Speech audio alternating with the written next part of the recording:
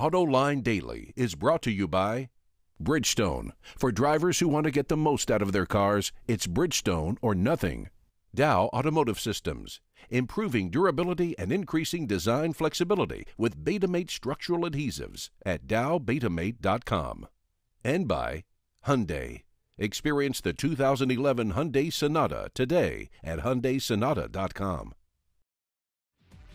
Hello, it's Monday, the 12th of September, 2011. Welcome to Autoline Daily. I'm Rod Meloni, business editor at WDIV Local 4 News here in Detroit, filling in for John McElroy again. John, thanks for having me. John is in Germany right now covering the Frankfurt Motor Show. Good luck, John. Don't work too hard. And while you're on the subject of Frankfurt, let's just give a friendly reminder here because we're going to be doing a live webcast tomorrow from the floor of the show. Starts at 10 a.m. Eastern Time. We're using a neat new piece of technology from a company called LiveView.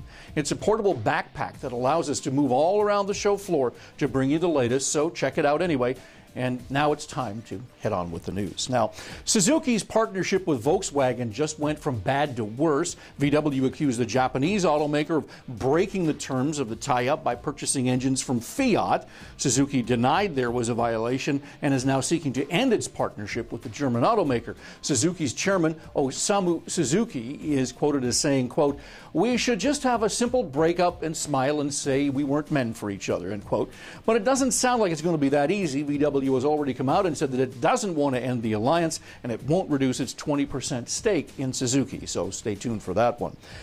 Ford has downgraded its industry-wide sales forecast for the year in the U.S. Earlier, the company had said that it was going to fall between 13.5 million in 2011, but now Ford says that sales may not hit 13 million, and according to Bloomberg, most analysts see sales coming in around 12.7 million for the year.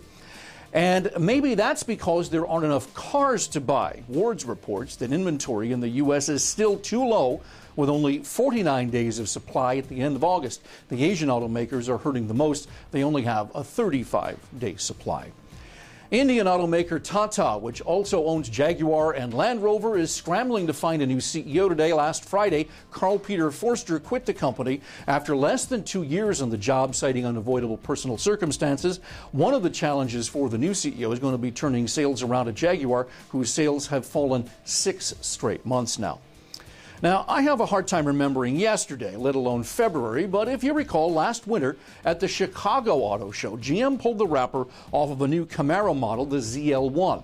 Well, now the company's finally released more information on this top dog ponycar. Its 6.2-liter supercharged V8 delivers a whopping 580 horsepower. Again, 580 horsepower. That gives the ZL1 a better power-to-weight ratio than a Porsche 911 Carrera GTS. The car is available with either a 6-speed manual or automatic transmission. Helping put all of that power on the ground, it features the latest version of GM's magnetic ride control system, which can adjust the shock damping 1,000 times per second. Get that.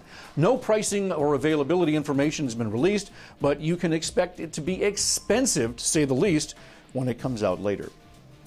Is a BMW even a BMW if it doesn't have an inline 6 under the hood?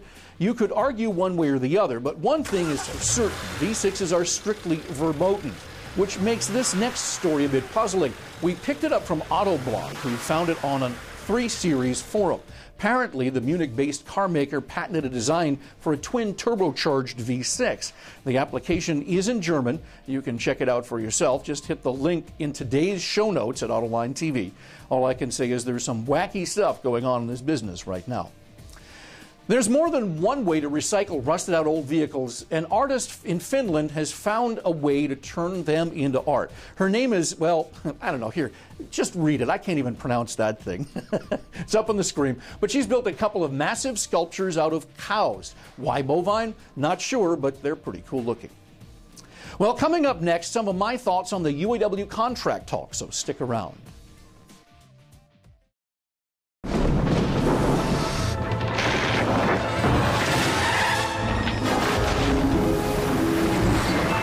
Drivers who want to get the most out of their cars. It's Bridgestone or nothing. Wednesday is the deadline for the UAW and the Domestic 3 to negotiate their new 4-year-long national contract. It's possible they could get the GM deal by then. Chrysler is fairly close behind.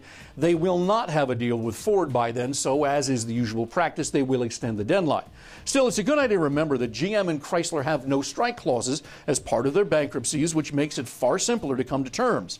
Ford does not.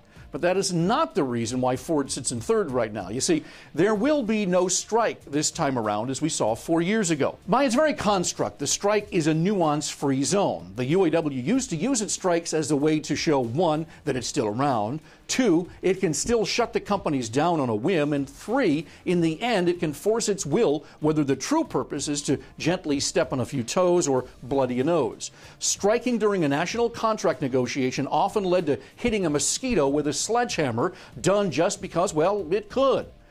The world's changed now, and I say there's going to be no strike this time around. I also say it has nothing to do with the no strike clauses or Ford's slower pace. It has everything to do with the transplant plants in the U.S. Now, you're probably wondering, since they have no skin in this game, how does that work? Well, here's how. UAW President Bob King said this year, in a telling bit of truth, that if he and his team do not organize the transplants, the UAW's future is grim, if not over. King needs to organize at least one transplant plant to show that it's possible. So far, it hasn't been. So King will do whatever it takes to get his national contract with the Domestic 3 strike-free.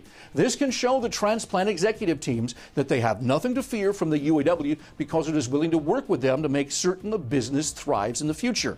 It is also meant to show transplant workers who have previously shown no appetite to get involved with the UAW that they can benefit from UAW membership.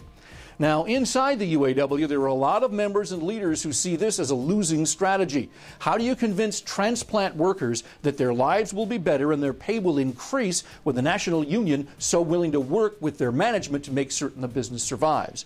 Many do not see where the added value is for the transplant worker. But this is King's strategy, and he's sticking to it. So even if you see a headline or a possible strike or something like that against Ford in the coming days, don't pay attention to it. The UAW hasn't struck Ford individually since the 1970s, and William Clay Ford Jr. has touted the company's good relationship with the UAW for a generation now. Still, just remember that none of it has anything to do with the current situation.